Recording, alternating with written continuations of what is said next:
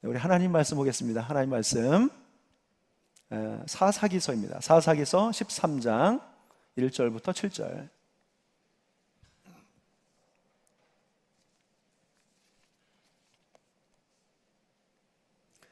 사사기서 13장 1절부터 7절입니다. 이스라엘 자손이 다시 여호와의 목전에 악을 행하였으므로 여호와께서 그들을 40년 동안 블레셋 사람들의 손에 넘겨주시니라. 소라 땅에 단지파의 가족 중에 마노아라 이름하는 자가 있더라.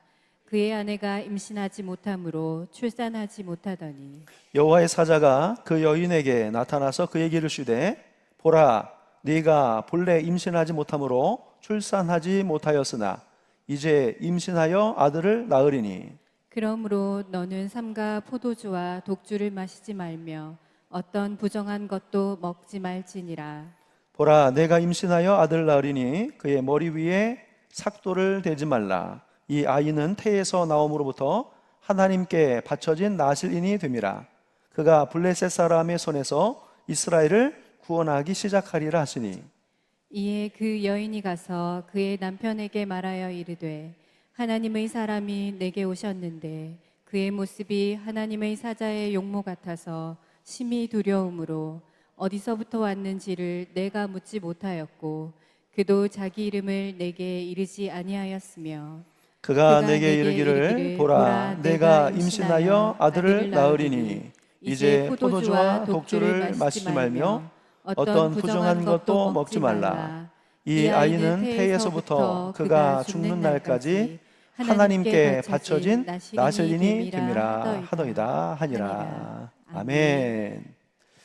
네, 오늘은 하나님께 바쳐진 나실인이라고 하는 주제를 가지고 하나님의 말씀을 전하도록 하겠습니다. 먼저 여러분에게 질문 하나를 또 드리겠습니다. 여러분, 성경에서 가장 힘이 센 사람은 누구라고 생각을 하십니까? 성경에서 가장 힘이 센 사람은 누구이신 것 같아요? 자, 이렇게 질문을 하면 95%는 둘 중에 하나일 겁니다. 골리앗이거나 삼손이거나. 맞죠? 그렇게 생각하셨죠? 네, 거의 그러실 겁니다. 자, 두 사람이 다른 시대를 살았기 때문에 둘 중에 어떤 사람이 더 힘이 센가는 비교 불가하지만 저는 개인적으로는 삼손이 좀 힘이 더 세지 않았을까? 마치 아이들 힘 자랑하듯이 비교를 해보자면 삼손이 좀 더 힘이 세지 않았을까? 그런 생각을 하게 됩니다. 우선 삼손은 손에 아무것도 없이 사자를 염소 새끼처럼 찢어버렸다라고 성경이 되어 있습니다. 사자를 이긴 사람이에요. 그리고 혼자 아스글론으로 가서 그곳 사람 장정 30명을 물리친 사람입니다. 그리고 얼마나 힘이 센지 나귀의 새 턱뼈를 가지고 블레셋 사람 1000명을 쳐 죽인 그러한 사람이었습니다. 자, 블레셋 사람들에게 있어서 이 삼손은 공포의 대상이라고 할까요? 골칫거리였지만 그의 힘이 너무나 강하였기 때문에 삼손에게 정면으로 도전할 생각조차 하지 못했습니다. 자, 그렇다면 이 삼손의 힘은, 이 엄청난 힘은 어디에서 나온 것일까요? 자, 사람들은 그렇게 이야기하죠. 유전적으로 타고난 게 있어야 되고 사람이 운동을 하면 힘이 세지지 않겠느냐고 말합니다. 자, 그런데 삼손은 유전적으로 타고나거나 혹은 운동을 통해서 다져진 몸이 아니었습니다. 운동으로 말하면 그보다 훨씬 더 운동을 열심히 하는 사람들이 있었겠죠. 자, 삼손은 자기 자신에게서 나오는 엄청난 힘이 바로 자르지 않은 머리에서 나온 것이라고 생각을 했습니다. 아마 여러분들도 비슷한 생각을 하고 계실 거예요. 왜 그렇게 생각을 하냐면 삼손은 한 번도 머리를 자른 적이 없습니다. 그런데 나중에 머리가 깎이고 난 다음에 힘이 빠지니까 그 힘이 머리카락에서 나온 것이구나, 그렇게 생각을 하셨던 거예요. 자, 그러면 이것이 맞는다면 이곳에서 가장 힘센 분이, 머리가 가장 긴 분이 힘이 세시겠죠. 그죠? 혹은 내가 좀 힘이 없어서 맨날 이렇게 당하고 살아, 나도 좀 힘이 좀 있었으면 좋겠어 라고 하시는 분들은 지금부터 머리를 기르시면 됩니다. 그 사람보다 머리가 길어지면 내가 그 사람을 이길 수 있는 날이 오겠죠. 근데 그게 맞습니까? 아닙니다. 삼손의 힘이 머리카락에서 나온다라고 하는 생각은 착각이에요. 자, 가끔 가다 보면 좀 특별한 사람들이 있어요.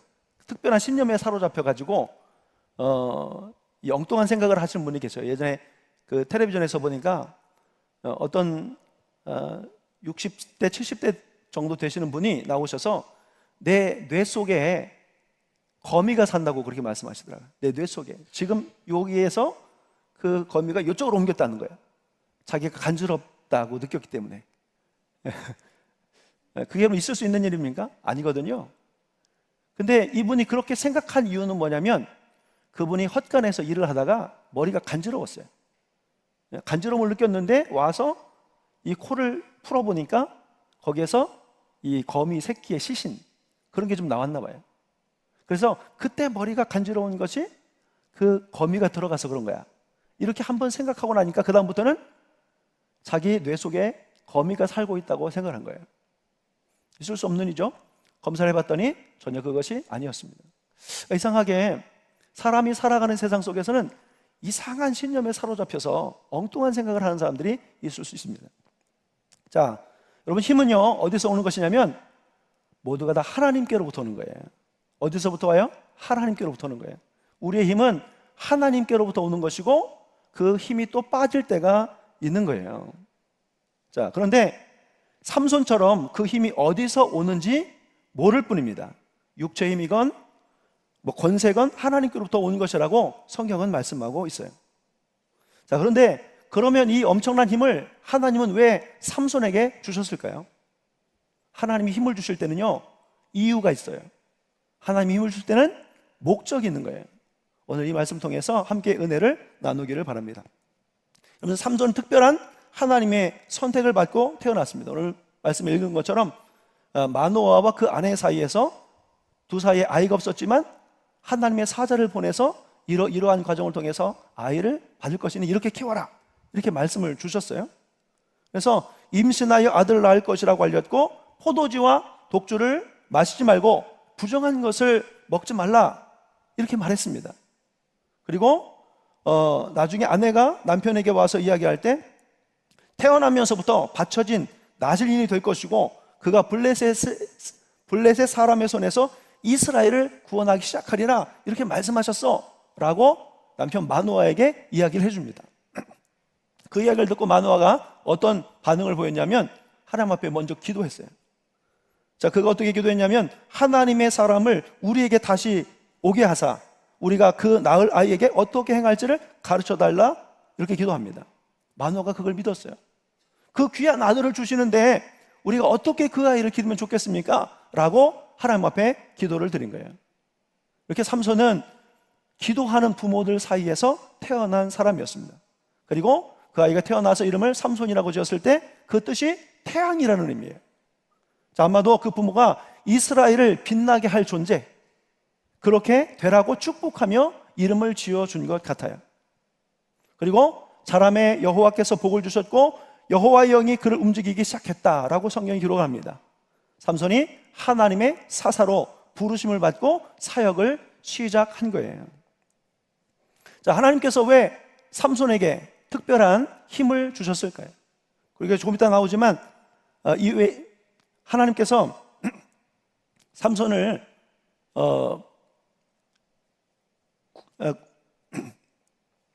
구별된 나실인으로 세워서 일하게 하신 것은 또한 이유가 있었습니다.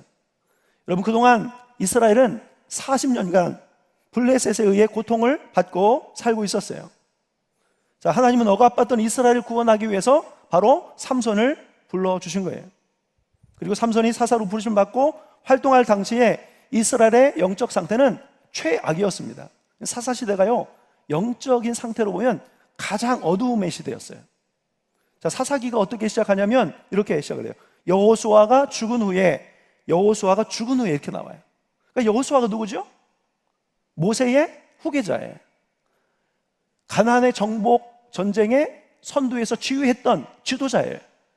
그런데 여호수아 이후에 이스라엘을 이끌어갈 지도자가 더 나오지 않은 거예요. 그러다 보니까 사람들은 자기 소행에 옳은 대로 산 거예요. 사사기서 21장 25절의 말씀에 이렇게 되어 있습니다. 그때에 이스라엘에 왕이 없으므로 사람이 각기 자기의 소견에 옳은 대로 행하였더라. 각기 자기 소견에 옳은 대로 행했습니다. 여러분, 지난주 말씀이 뭐였죠? 각각 자기 소견에 옳은 대로 살게 되면 결국 어디에 빠져요? 죄에 빠진다고 그랬어요. 육신의 일은 하고 나왔잖아요.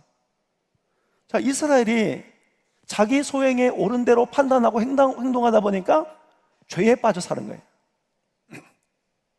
이스라엘이 여호와의 목전에서 악을 행합니다. 그러면 하나님께서 이들을 하기 위해서 이방인들의 손에 붙여요. 그래서 한동안 이스라엘 백성들을 이방의 손에 붙여서 괴롭게 하실 때 이 백성들이 그나마 조금 깨닫고 그때 하나님을 부르짖어요. 하나님, 잘못했습니다. 저희들을 용서해 주십시오. 한 번만 더 기회를 주십시오 하며 하나님 앞에 부르짖어 기도하면 하나님이 사람을 보내세요. 그게 사사예요. 사사를 보내셔서 이방의 앞에서 구원해내시고 그 백성들을 다시 이끌고 평화의 시대에 들어가게 하십니다.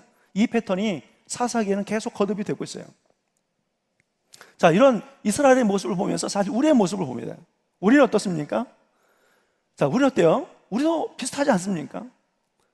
평화의 시대에 기회가 되면 우리도 우리 마음대로 한번 살아볼까?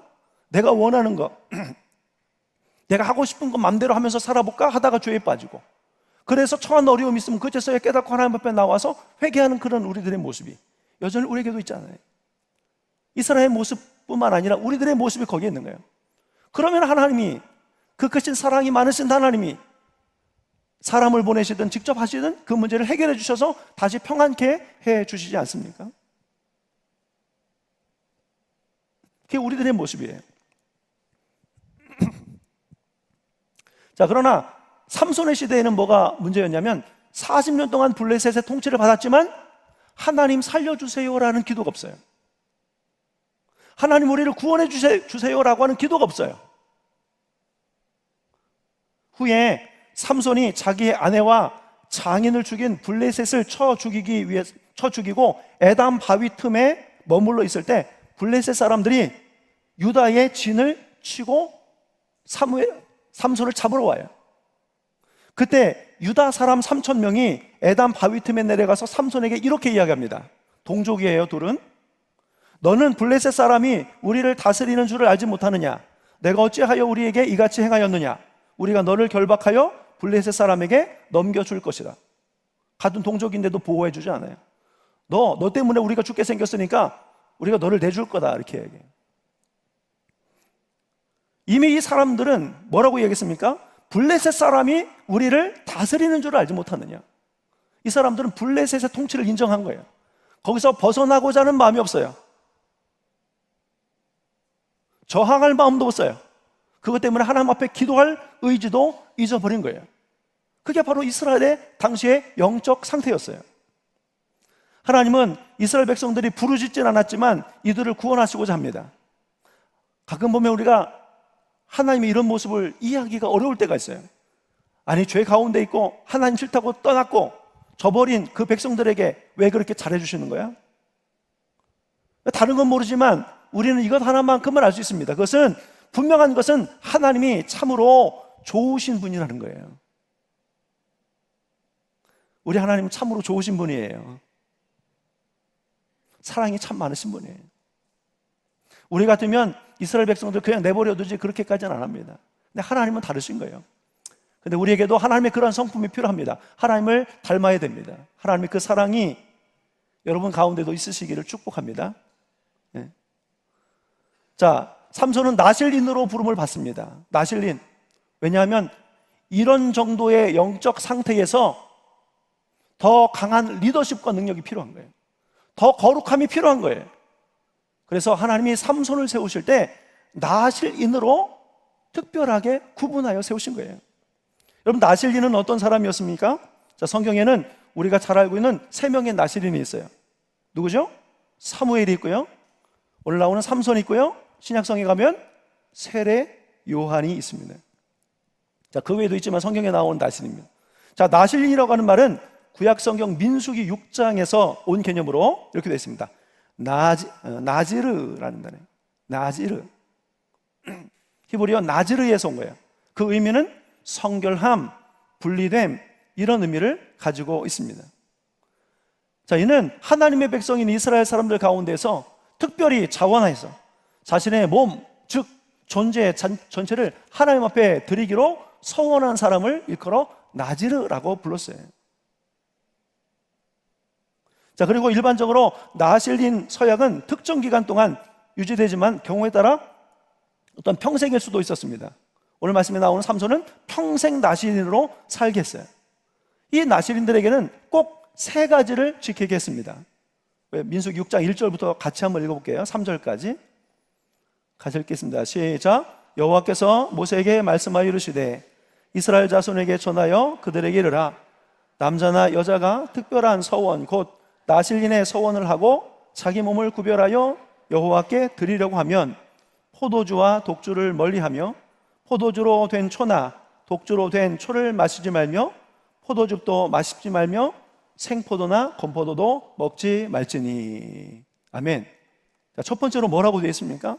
포도주나 독주요. 독주 혹은 포도로 만든 어떤 식품도 먹지 말라고 그랬어요. 심지어 건포도도. 자, 이유가 뭔지 아십니까? 행여 포도를 말리다가 발효돼서 포도주처럼 될까 봐요. 여러분, 술은 잠언의 말씀에 의하면 음란한 생각을 하게 한다고 그랬어요. 망령된 말을 한다고 했어요.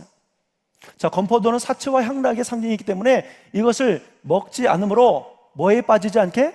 세상 쾌락에 빠지지 말라고 하는 하나님의 의미를 담고 있어요. 나실리는 세상 쾌락에 빠지면 안 돼. 자, 두 번째 법이 있습니다. 두 번째 법은 자, 민수기서 6장 5절 같이 읽겠습니다. 시작. 그 서원을 하고 구별하는 모든 날 동안은 삭도를 절대로 그의 머리에 대지 말 것이라. 자기 몸을 구별하여 여호와께 드리는 날이 차기까지 그는 거룩한즉 그의 머리털을 길게 자라게 할 것이며. 서원하고 구별하는 모든 날 동안 삭도를 대지 마라. 곧 머리를 깎지 말라고 말씀하신 거예요. 자, 이것은 어떤 의미냐면 오직 하나님의 통치를 받아라. 오직 하나님의 통치를 받아라. 그러니까 머리는 곧 통치를 의미합니다. 자, 하나님의 통치를 너는 받아야 돼. 이런 의미를 담고 있는 거예요. 자, 세 번째는 뭐냐면 6장 6절부터 나와 있습니다. 이것도 같이 한번 읽을게요. 시작. 자기의 몸을 구별하여 여호와께 드리는 모든 날 동안은 시체를 가까이 하지 말 것이요 그의 부모 형제 자매가 죽은 때라도 그로 말미암아 몸을 더럽히지 말 것이니 이는 자기의 몸을 구별하여 하나님께 드리는 표가 그의 머리에 있습니다. 자기의 몸을 구별하는 모든 날 동안 그는 여호와께 거룩한 자니라. 아멘. 자, 세 번째는 뭐 하지 말라고 그랬어요? 시체를 가까이 하지 말 것이요.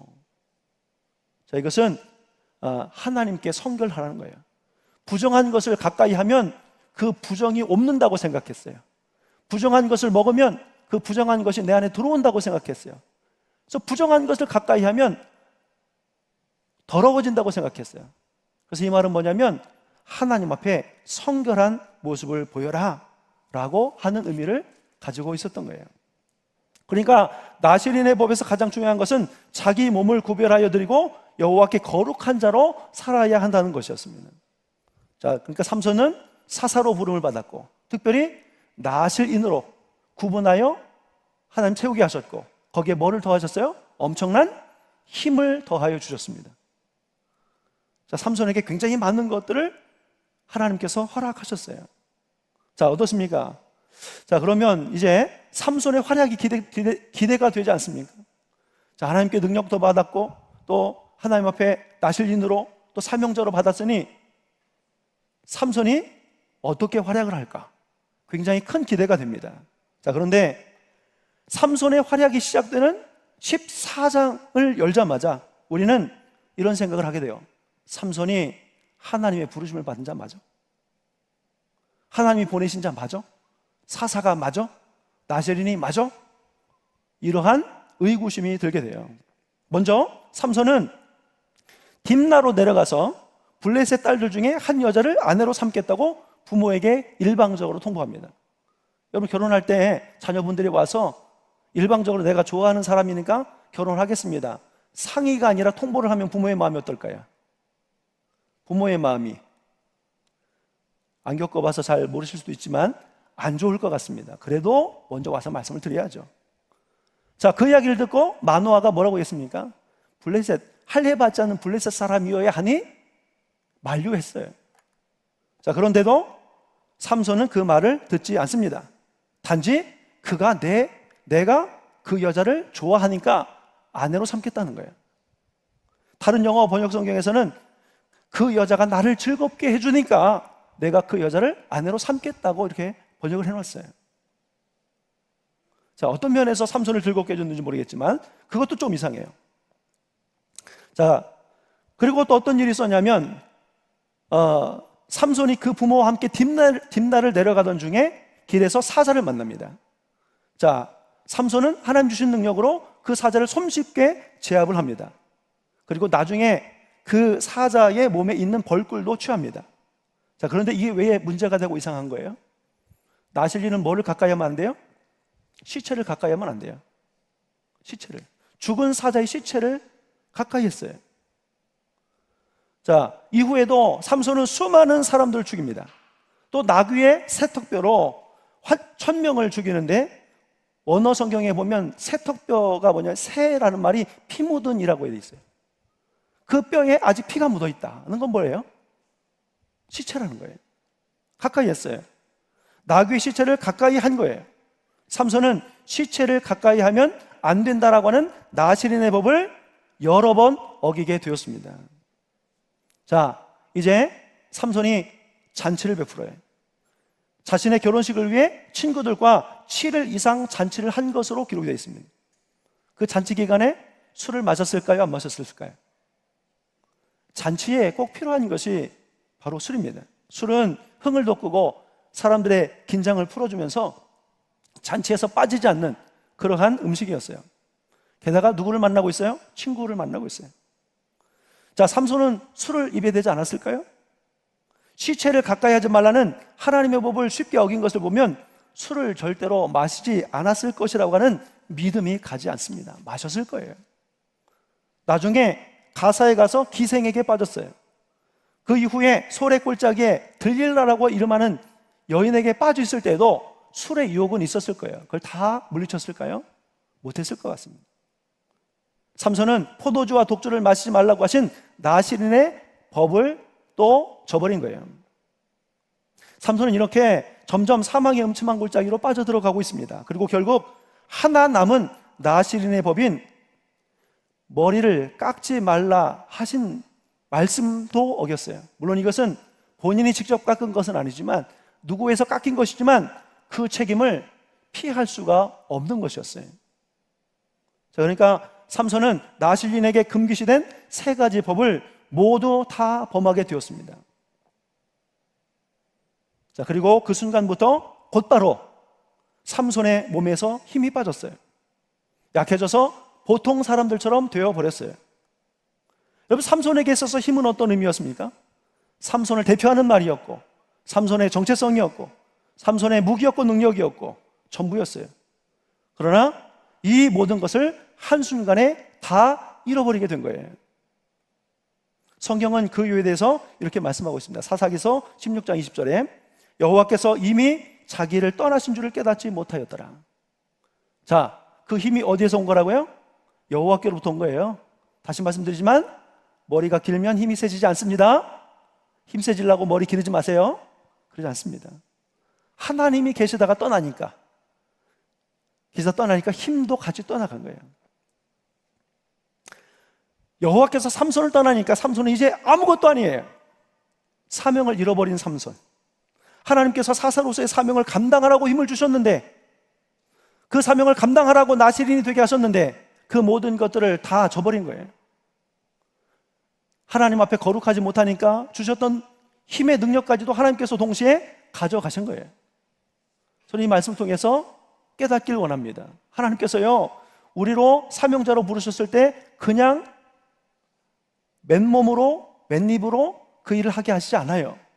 하나님도요, 여러분 각자에게 무엇을 주셨냐면 힘과 지혜와 능력을 주셨어요. 근데 여러분들이 그 받은 것을 소중하게 여기고 지켜낼 때 그것이 여러분 안에 그대로 있는 겁니다. 하나님의 말씀을 떠나고 또 거룩하고 정직한 삶으로부터 멀어지게 되면 그 힘도 같이 사라져버리게 돼 있어요. 그러니까 여러분, 하나님께서 주신 힘과 능력은 잘 써야 합니다. 잘 써야 돼요. 잘 쓰시는 은혜가 있으시길 바랍니다. 바르게 건강하게 쓰시는 은혜가 있으시길 바랍니다. 이런 생각을 해봤어요. 삼손이 왜 이런 실수를 했지? 삼손이 왜 이런 큰 실수를 했을까? 제 마음속에 이런 감동이 오더라고요. 삼손은 자신이 나실 인의 서원을 한 적이 한 번도 없어요. 태어나 보니까 아버지가 야, 너는 하나님의 부르심을 받았고 나실 인으로 하나님이 지목하셨기 때문에 너는 이거 안 되고 이거 안 되고 이거 안 돼 라고 들었어요. 어렸을 적에는 받아들였어요. 근데 나중에 돼서 성인이 되고 살다 보니까 어떤 마음이 듭니까? 나실인으로 산다는 것이 여러모로 불편하고 평범하지 않은 자신의 삶이 불행하고 답답하게 느껴졌던 거예요. 그는 자신의 의견이 반영되지 않은 결정을 받아들이지 않은 겁니다.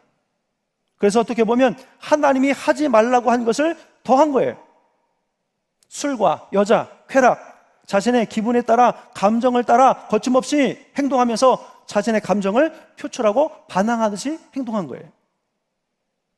그러면서 어느덧 삼손은 사명과는 아무 상관없는 삶을 살아가고 있었어요.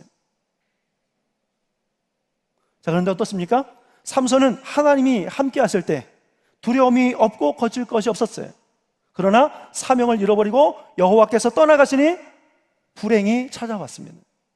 여러분 기억하셨으면 좋겠어요. 사명은 축복입니다. 사명은 축복이에요. 사명은 부담이 아니라 축복이에요. 사람의 선택이 아니라 하나님의 선택을 받았다는 것은 세상에서 가장 큰 축복이에요. 간혹 모태신앙으로 태어난 사람들이 가진 고민이 있습니다. 또 부모님의 서원으로 목회자의 길을 가는 분들의 고민도 있습니다. 이런 거예요. 내가 한 번도 소망하거나 동의하지 않는 일을 내가 하고 있다. 내가 믿고 싶어서 믿은 것도 아니고 이 신앙의 공동체에서 내 의지가 반영된 것은 없어. 내가 이렇게 왜 살아야 되지? 하는 거예요. 그래서 노골적으로 반항하듯 도전하는 모태신앙들이 많습니다. 모태신앙들. 참고로 저도 모태신앙이에요. 그래서 모태신앙 출신들, 목사님과 장로님들의 자녀 중에 방황하는 분들이 그렇게 많아요. 혹시 이곳에도 계신가요? 내가 하나님을 안 믿었으면 내가 하고 싶은 건 마음대로 할 수 있었을 것인데, 그런데 생각하는 것이 어떻습니까? 이렇게 생각하는 것이 삼손이 생각하는 것 같아요. 자, 그러나 이 말씀을 통해서 기억하십시오. 하나님의 부르심을 받고 살아가는 것이 축복이에요. 아니면 우리가 진작 삼손처럼 제멋대로 세상 쾌락에 빠져서 엉망으로 살았을 것입니다. 하나님의 선택을 받고 여기 있는 것에 대해 감사하시길 바라요. 생각해 보자고요. 우리가 지금 여기 있지 않으면 어디 있겠어요? 이 시간에 여기 있지 않으면 어디 있겠어요? 세상에서 어떤 일을 할지 모르잖아요. 자, 사명을 잃어버린 삼손은 비참해집니다. 자, 삼손은 블레셋 사람에게 붙잡혀 눈이 뽑혔고요, 노줄로 매어 옥에서 짐승이 돌리던